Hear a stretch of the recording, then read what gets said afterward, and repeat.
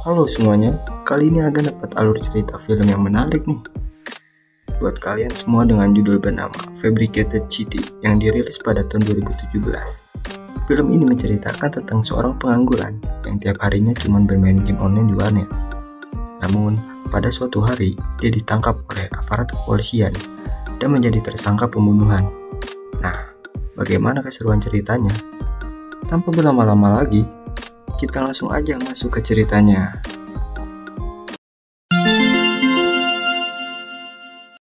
Cerita dimulai dengan seorang pria pengangguran yang sedang bermain game online di warnet. Pria itu bernama Kwon Yu. Kwon Yu ini pribadi yang sangat minim akhlak, yang mana dia sedang bermain game online di warnet. Namun, saat dia sedang bermain game, dia tiba-tiba ditelepon oleh ibunya, yang mana dia disuruh untuk mematikan gas di rumahnya. Namun, dengan akhlaknya yang minim, si Kwon Yu ini malah marah-marah dan mengabaikan perintah dari sang ibu yang sedang di rumah sakit merawat nenek Kwon Yu. Kwon Yu pun langsung aja lanjutin main game dengan teman-teman di Discord-nya. Gak lama dari itu, Kwon Yu mendapatkan panggilan telepon di HP sebelah dia, yang entah itu punya siapa. Kwon Yu ini pun langsung mengangkat telepon itu, yang mana panggilan dari seorang wanita yang meminta tolong untuk mengantarkan handphone itu ke tempat si wanita. Kwon Yu pun sempat menolak karena dia sedang sibuk bermain game. Namun setelah si wanita memberikan penawaran akan diberikan $300, Kwon Yu pun akhirnya mengantarkan handphone itu. Karena lumayan uangnya buat dia main warnet lagi sampai 12 jam. Kwon Yu akhirnya tiba di tempat si wanita. Dia pun langsung masuk ke dalam karena pintu tidak terkunci. Setelah dia masuk, ternyata si wanita sedang mandi. Wanita itu pun langsung menyuruh Kwon Yu untuk menaruh handphonenya di kamarnya. Dan untuk bayarannya yang $300 juga ada di sana. Kwon Yu setelah mendapatkan uang, dia pun langsung pergi pulang. Saat Kwon Yu sedang tidur, dia tiba-tiba langsung ditangkap oleh aparat kepolisian yang sudah mengepung rumahnya.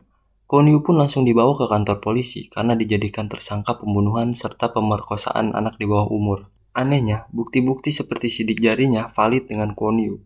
Kwon Yu pun langsung menjadi berita utama di Korea. Ibunya yang percaya kepada Kwon Yu langsung turun ke jalanan untuk meminta bantuan dengan membagikan sebuah lembaran. Namun, semuanya itu harus sia-sia bahkan mendapatkan penghinaan dari orang di sana. Karena mereka semua lebih percaya dengan berita yang ada. Ibunya pun langsung mencari cara lain dengan mendatangi sebuah pengacara. Namun tetap sama dia dihiraukan di sana. Saat dia dihiraukan, dia tiba-tiba dihampiri oleh wanita yang juga rekan dari si pengacara itu untuk mengajaknya berbicara. Setelah si ibu ingin pulang, dia masih mencoba meyakinkan si pengacara, dan akhirnya si pengacara itu pun mencoba membantu si ibu di persidangan. Di persidangan, dengan bukti-bukti yang ada, Kwon Yu dinyatakan bersalah dan mendapatkan hukuman seumur hidup tanpa bersyarat, dan identitasnya akan disebarkan ke publik selama 10 tahun. Kwon Yu pun dibawa ke penjara paling ketat di sana. 성충동 약물 치료를 미용한 1급 흉악범 교도소에 수감한다. Di penjara, Kwon Yu seperti orang yang depresi dan ketakutan. Saat sedang di lapangan, dia dibawa ke geng pentolan di sana. Kwon Yu pun ditanya-tanya karena tentang kasus pemerkosaannya kepada anak di bawah umur. Karena Kwon Yu tidak melakukan itu, dia pun kesal dan langsung menyundul bos dari geng itu. Alhasil dia pun digebugin oleh geng di sana.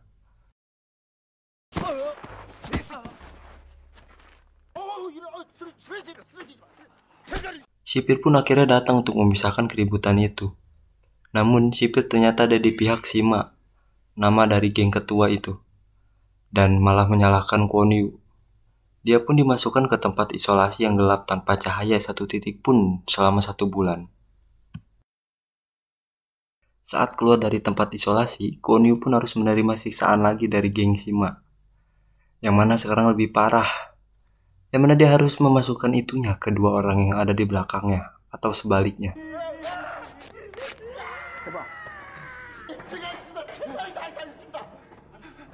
Setelah keributan itu, Kwon Yu pun harus dibawa ke ruang isolasi lagi. Kwon Yu kedatangan ibunya dan juga pengacara di penjara untuk menyemangati dia dan memberitahu bahwa Kwon Yu harus terus bertahan hidup. Karena ibunya akan mengajukan banding untuk membebaskan, karena dia telah menemukan orang yang telah mengetahui masalah dari Kwon Yu. Setelah bertemu dengan ibunya, Kwon Yu pun jadi mempunyai semangat hidup, dan memiliki sebuah harapan, walaupun dia harus dihajar hari ke hari oleh geng Sima. Dia tidak pernah tumbang. Saat sedang makan, dia ditemani oleh seorang tahanan di sana, yang mana memberikan sebuah daun untuk mengobati lukanya. Ternyata dia sudah memantau Kwon Yu dan mengetahui Kwon Yu adalah seorang atlet, yang mana dia selalu menjaga bagian vitalnya saat sedang digebugin. Itulah yang membuat Kwon Yu terus bertahan sampai saat ini, dan menyadari Kwon Yu bukanlah seorang pembunuh. Keesokan harinya, saat di kantin, Kwon Yu sengaja membuat Mak menjadi emosi dan memancingnya ke sebuah tempat seperti pabrik yang ia sudah rencanakan. Dengan menyiapkan sebuah senjata yang seperti ketapel, dia menyerang geng Mak sendirian. Dan akhirnya dia berhadapan dengan Mak. Langsung aja Kwon Yu maju dan langsung menembak Mak serta menendangnya sampai pingsan. Para sipir pun datang menemui Kwon Yu untuk memberitahu bahwa ada yang berkunjung. Ternyata yang datang adalah si pengacara seorang diri. Si pengacara itu datang memberitahu bahwa ibu Kwon Yu telah tiada karena melakukan bunuh diri. Dia pun memberikan surat pemakaman kepada Kwon Yu untuk ditandatangani. Kwon Yu pun langsung shock setelah mendengar itu semua. Di lapangan lapas, geng Ma kembali berulah. Namun kali ini Kwon Yu dibantu sipir, yang mana sipir itu menghadang geng Ma. Alhasil keributan pun terjadi antara geng Ma dengan sipir. Di tengah keributan itu, Sima berencana menusuk Kwon Yu dengan pisau. Namun Kwon Yu menyadari itu dan lebih dulu menyerang Ma dengan pisau kecil. Sipir yang melihat itu langsung menodongkan senjata api ke Kwon Yu. Namun Kwon Yu memutuskan untuk menusukkan dirinya sendiri. Alhasil, Ma dan Kwon Yu dibawa ke rumah sakit di luar penjara. Di tengah jalan kita diperlihatkan rencana Kwon Yu. Ternyata Kwon Yu diberitahu oleh orang yang memberikan daun kemarin saat di kantin, yang mana dia memberitahu kalau ingin kabur dengan menusuk diri, jangan terlalu dalam sampai ke organ. Cukup incar bagian pinggul, ia akan selamat. Kwon Yu pun langsung memberontak, menyerang sipir yang ada di dalam mobil, dan mengancam dengan suntikan agar memberikan kunci borgolnya. Namun si sipir malah menabrakkan mobilnya ke pembatas jalan, yang alhasil mobil pun menjadi terbalik. Untungnya, Kwon Yu sempat mengambil kunci dan akhirnya diselamat dan langsung kabur melarikan diri. Kabar kaburnya Kwon Yu pun menjadi berita besar di sana, dan para aparat kepolisian melakukan pencarian besar-besaran. Di tengah pelarian itu, Kwon Yu melihat ada sepasang turis yang sedang meminta bantuan karena mobil yang ia bawa sedang mogok. Kwon Yu pun langsung membantu turis itu sambil meminta tumpangan. Di tengah jalan, ternyata sedang ada pemeriksaan mobil. Kwon Yu pun langsung bersembunyi, dan kejadian itu pun dilihat oleh si turis. Beruntungnya, turis itu malah membantu Kwon Yu, dan mereka pun akhirnya lolos tanpa ada pemeriksaan. Mereka pun sampai di bandara, dan Kwon Yu pun dihadiahi mobil yang tadi. Kwon Yu pun langsung datang ke kantor si pengacara untuk menanyakan tentang kematian ibunya, dan juga menanyakan tentang orang yang tahu tentang kasusnya, yang diberitahu oleh ibunya saat di lapas. Si pengacara enggan membantu Kwon Yu dan hanya memberikan kalung peninggalan dari sang ibu.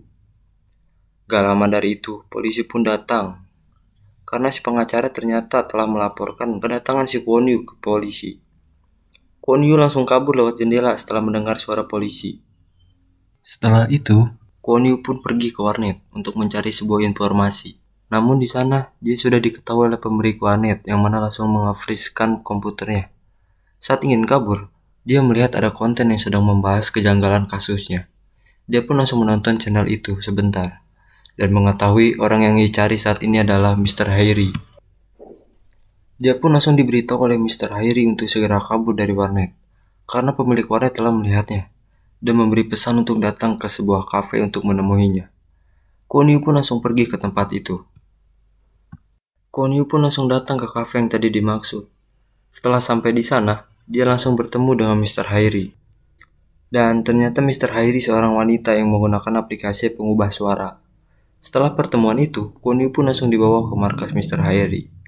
Di sana mereka makan bareng dan Kwon Yu pun langsung sedih saat makan, karena dia mengingat masa-masa sulitnya di penjara.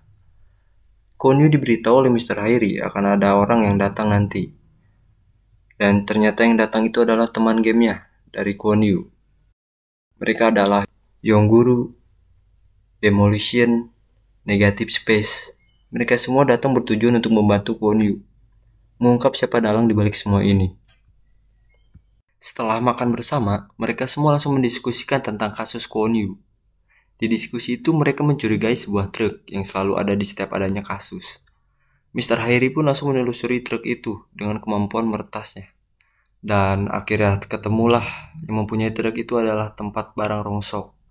Kwon Yu dan Demolition langsung pergi ke tempat barang rongsok itu untuk menyelidiki lebih jauh. Saat memantau, mereka melihat truknya dan keluarlah orang-orang yang mencurigakan yang mengenakan jas. Kwon Yu mengikuti orang itu sampai ke sebuah rumah dan Demolition tetap di sana untuk memantau truknya. Yang mana mereka berdua sedang membawa sesuatu yang mencurigakan dari dalam rumah itu. Kwon Yu mencoba masuk ke dalam untuk melihat apa yang terjadi. Ternyata di rumah itu adalah TKP pembunuhan yang sedang dibersihkan guna menghilangkan jejak. Kwon Yu pun langsung merekam kejadian itu. Saat sedang merekam, Kwon Yu ditelepon oleh Demolition dengan mengabarkan bahwa orang yang pakai jas itu sudah kembali dengan memasukkan sesuatu ke dalam truk dan juga mengubah stiker truknya dengan produk kulkas. Mereka pun langsung pergi dengan diikuti oleh Demolition sampai ke sebuah gedung. Tak lama dari itu, datanglah Kwon Yu di sana. Setelah kejadian itu, mereka pun membuat suatu rencana agar bisa masuk ke dalam sana dengan aman. Mereka mulai membagi tugas, yang mana yang guru dan Negative Space mencoba masuk ke dalam server. Dengan menyamar menjadi teknisi di sana, dengan tujuan untuk meretas server gedung itu oleh si Mr. Hairi. Mereka pun akhirnya berhasil meretas server itu. Sekarang waktunya Kwon Yu yang beraksi untuk mencari ruangan yang didatangi oleh orang yang tadi siang dia ikuti. Dengan didampingi oleh Mr. Hairi dari belakang layar. Kwon Yu pun akhirnya menemukan tempatnya. Setelah sampai di tempatnya, ternyata tempat itu adalah kediaman dari artis yang sangat populer. Kwon Yu pun menemukan barang yang tadi siang ia lihat. Saat dibuka, ternyata itu adalah mayat dari sang artis tersebut. Tak lama dari itu, datanglah segerombolan orang untuk men-setup semuanya dengan tujuan entah untuk apa.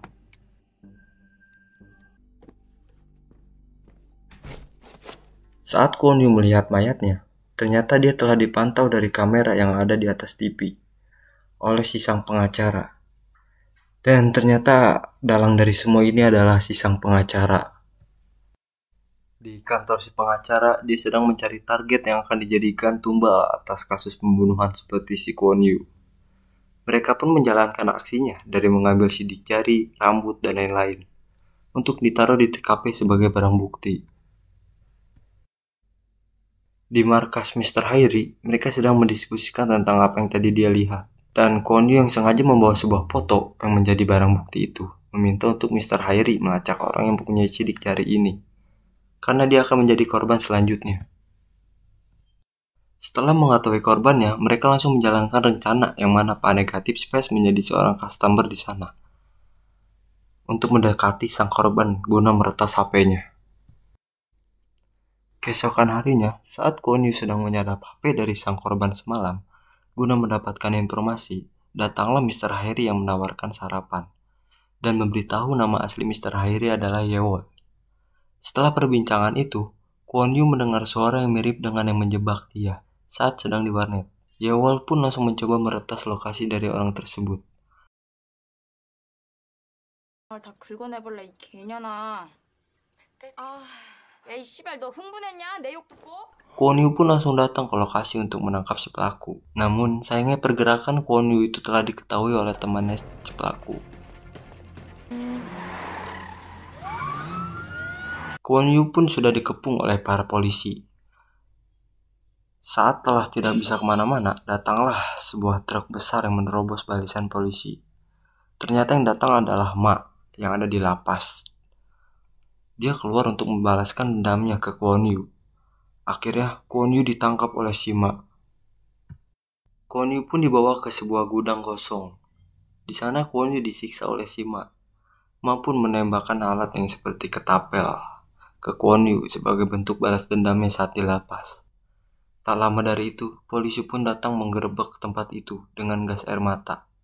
Kesempatan itu pun dimanfaatkan oleh Kwon Yu untuk kabur dari sana. Lalu datanglah Yewol untuk membantu Kwon Yu. Di tengah jalan, Ma pun dengan giginya masih mengejar Kwon Yu. Namun, pada akhirnya Kwon Yu dapat mengecoh Ma dan berhasil lari dari kejaran Ma. Karena ada yang janggal, yang mana polisi selalu tahu pergerakan dari Kwon Yu, Yewol pun membawa alat detektor radio yang dibuat oleh Yongguru.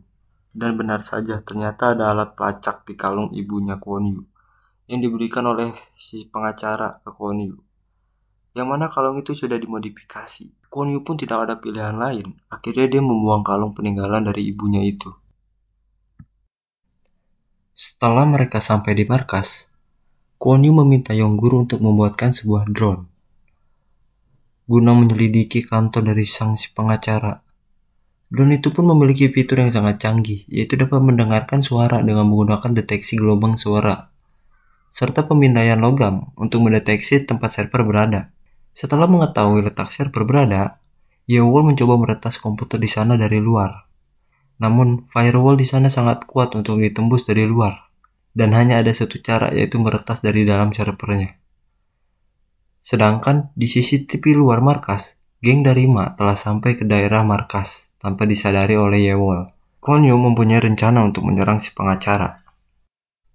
Rencana itu adalah menghancurkan rencana si pengacara yang sudah disiapkan di apartemen sang artis dan menghapus semua bukti-bukti seperti sidik jari dan juga sampel rambut. Si pengacara pun langsung merespon dengan memindahkan mayat si artis ke sebuah tempat penginapan dan mengambil lagi sampel si korban.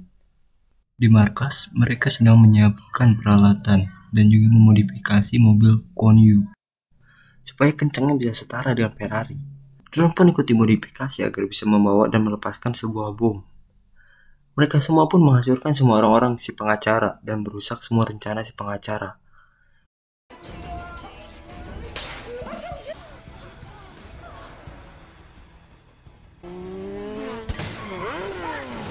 Yang mana yang menjadi tersangka di TKP adalah anak dari pimpinan Hyoshin, yang merupakan pelaku pembunuhan yang asli. Kwon Yu pun menelpon si pengacara dengan memanas-manasi si pengacara. Si pengacara pun merespon dengan sangat semangat, karena dia sekarang memiliki seorang musuh yang membuatnya termotivasi lagi.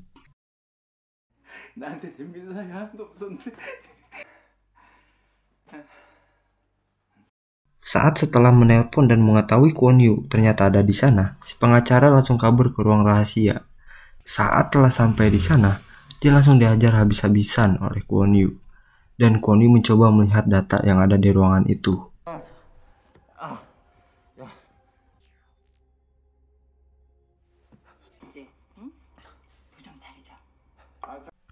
Saat sedang melihat beberapa isi dari video di data itu, si pengacara mencoba memanas-manasi si Kwon Yu. Alhasil Kwon Yu terpancing dan langsung menghajar si pengacara itu dengan sangat emosi. Di tengah itu, Kwon Yu mendapatkan panggilan dari Yewol, yang mana di markas setelah kedatangan Ma dan anak buahnya. Kwon Yu mengancam si pengacara kalau dia macam-macam pada Yewol dan lainnya, ia akan menghabisi si pengacara. Namun si pengacara balik mengancam bahwa kalau dia tidak bisa menghubungi Ma dalam waktu 15 menit, Yewol dan lainnya yang akan dihabisi. Kwon Yu pun langsung bergegas mengcopy semua data yang ada di sana. Namun sayangnya data yang ada di sana sangat banyak, yang mana memerlukan banyak waktu untuk mengopi semua datanya. Karena Kwon Yu tidak punya banyak waktu, dia pun langsung pergi ke markas tanpa menunggu kopian datanya selesai. Setelah sampai di markas, Kwon Yu langsung menyerang Ma dan anak buahnya dengan mematikan semua listrik menjadi gelap gulita.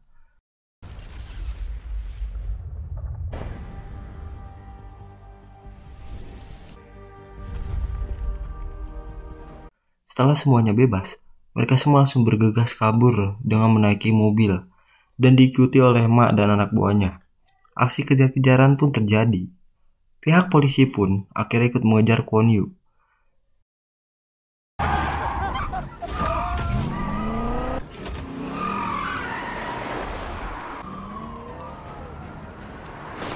Sedangkan si pengacara memantau semuanya dari CCTV dan juga menghubungi stasiun TV menayangkan Kwon Yu yang menjadi tersangka pembunuhan sang artis dengan bukti rekaman CCTV serta Yewol dan yang lainnya masuk dalam berita itu.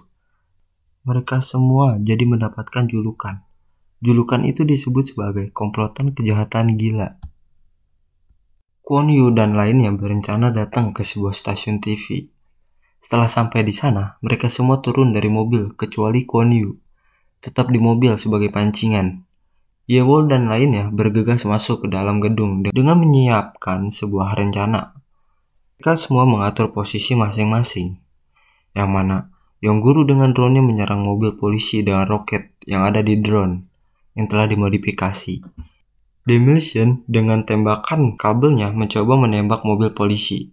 Namun sayangnya tembakan itu malah meleset dan terkena mobil Konyu. Dan beruntungnya tombak kabel itu lepas dengan mengorbankan satu pintu mobil Konyu. Dan rencana selanjutnya, Yongguru mencoba menutup pintu gerbang basement saat Konyu sudah lewat. Rencana itu pun berhasil mengenai satu mobil, anak buah dari gengma. Selanjutnya, Demolition yang telah menyiapkan beberapa peledak untuk mengecoh mobil polisi. Dan rencana itu pun berhasil membuat mobilnya menabrak mobil lain. Di tempat Yewol, dia berhasil ditangkap oleh Ma dan diketahui oleh Kwon Yu. Kwon Yu pun langsung mengejar Ma. Aksi kejar-kejaran pun terjadi.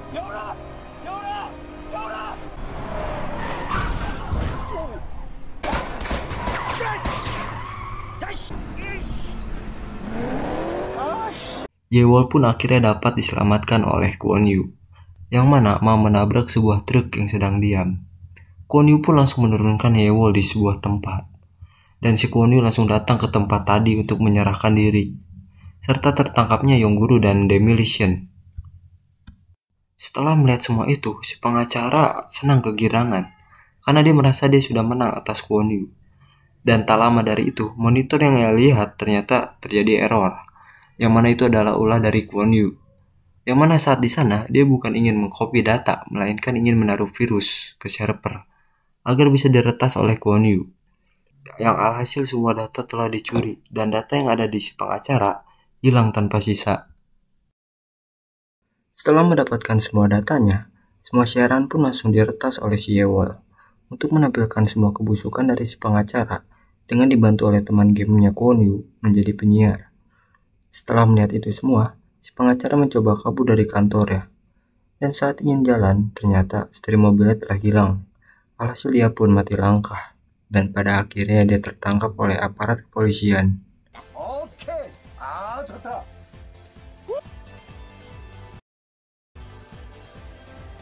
Kemudian di dalam penjara, yang pasti kita sudah tahu yang mana si pengacara menjadi bulan-bulanan bagi geng Sima, yang merupakan pentolan di dalam penjara itu. Di bandara, si turis yang membantu Kwon Yu telah kembali ke Korea dan mendapatkan mobilnya lagi yang dulu. Namun saat ini mobilnya sudah rapi dari sebelumnya dan siap dipakai. Di ending kita diperlihatkan semuanya akhirnya bisa bercanda bersama. Cerita pun selesai. Nah, gimana? Seru banget kan cerita pilihan Agan kali ini? Buat kalian yang baru bergabung ke channel ini, jangan lupa di like dan juga subscribe. Nyalain juga lonceng notifikasinya biar gak ketinggalan uploadan terbaru dari Agan. Buat kalian yang punya requestan film yang menarik, bisa langsung aja komen di bawah. Cukup sekian cerita dari Agan, kita ketemu lagi di video selanjutnya. Bye-bye.